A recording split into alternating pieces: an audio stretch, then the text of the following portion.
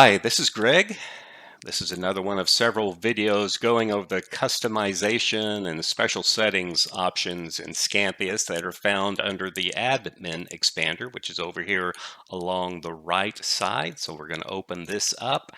This video specifically will talk about the live view options. Now remember, live view is the live stream of a document on the background on your book cradle, as opposed to right now we're looking at a scanned image.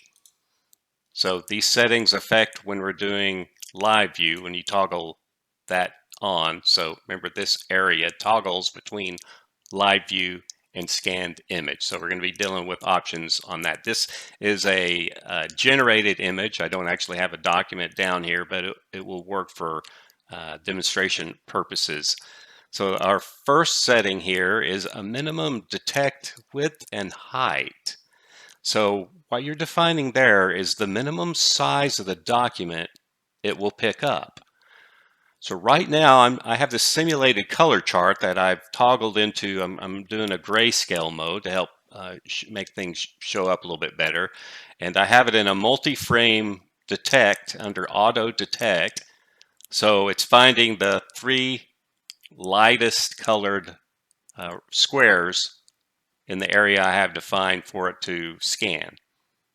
So now if you look at the bottom left here, if I take the cursor off, it'll go away, but in the status bar down there in the bottom, you see the dimensions of the rectangle in document inches. So it's about 1.5, 1.6 inches by 1.6 inches. But then the pixels is what the minimum pixels width and height affects. So right now, our smallest document that we're trying to pick up here is 626 by 626 pixels.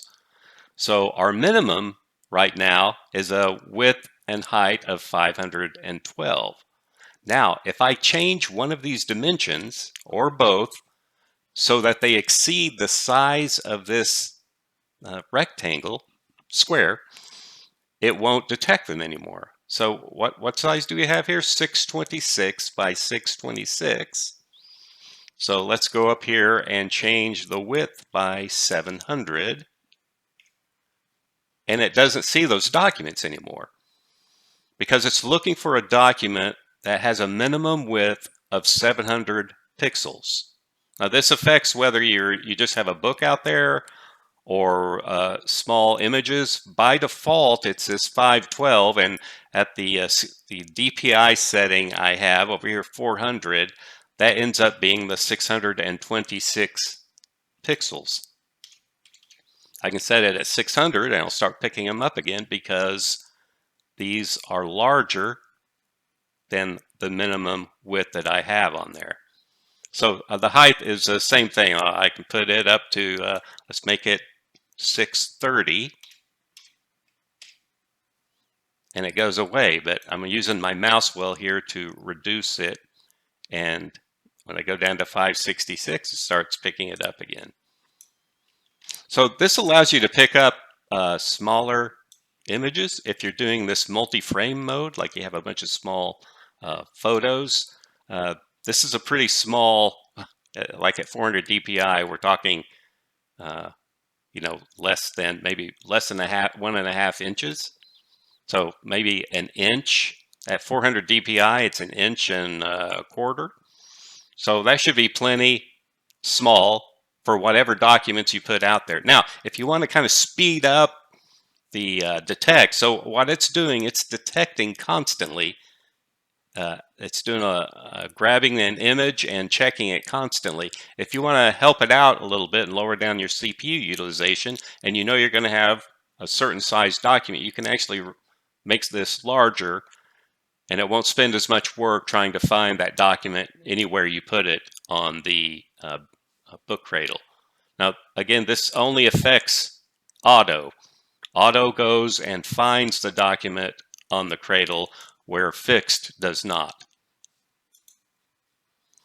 So detect negative is kind of an interesting feature. I had to add it in because a customer had some photos where old photos where it had a black edge around the photo. Remember the old photos? Well, depending on your age, you won't remember them, but old black and white photos in the good old days just had a black strip around the edge of it, and then the photo was in the middle. Well, this looks for light edges by default. We're looking for these light documents. So like if I turn on detect negative, what it will look for is a dark document against a white black background. So with this kind of setup I have right now, it can't pick up anything. It just picks up the entire background.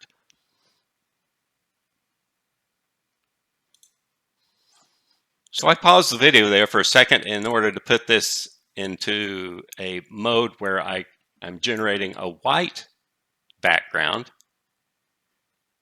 So the way you would do that while you're actually scanning is to take the large white sheet that you use for light correction and put it on top of the book cradle, and then put your items on at that point. So again, detect negative is for dark documents on a white background. And when I say dark documents, it doesn't have to be dark all the way across the board like these generated squares here.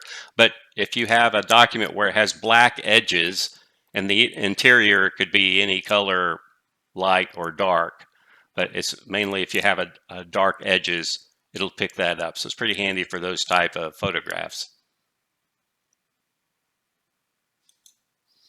All right, I pause there again to switch it back into a regular mode of a black background. Go down to the next setting here, this turn off lamp with live view timeout. So after so many minutes, the live view will time out and give you a message. You just click OK and it'll continue live view. It's designed to protect the camera from constantly running live view if, say, you go to lunch or the scanner's left unattended for a long period of time. By default, the lamp is left on when that timeout occurs. And if you switch this on, the lamp will go out at the same time the live view turns off, and that message comes up asking if you want to turn live view back on and continue.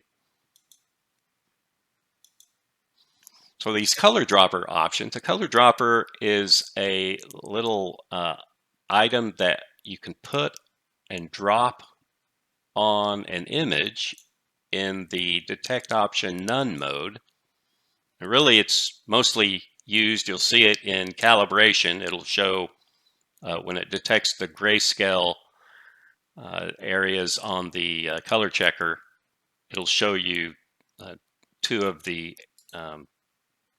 spots on there. So I'm going to add one within this detect option none. So it's not, I don't have any fixed rectangles or any auto detect rectangles. I'm just, whenever I do a scan in this mode, it gives me the entire image area. I don't have this calibrated, so I'm going to turn off that check, just do a scan. So just scans what you see is what you get. But this color dropper option, if I can have it display RGB values and or lab values. It's just another way of specifying color. So you have to define at least one. If you try to turn them both off, it'll switch to the other one. And you can also define the font size of the text that's used within the color dropper.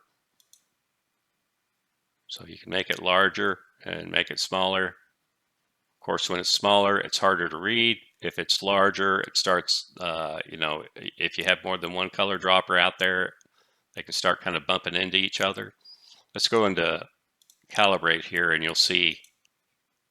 So these are live color droppers. The calibration automatically goes out and detects these two patches. I'm going to turn on isolate, which just grabs the color chart itself. So this is automatically detecting the chart and then putting up the color dropper. So those settings over there for color droppers affect that as well. And that's it for live view options.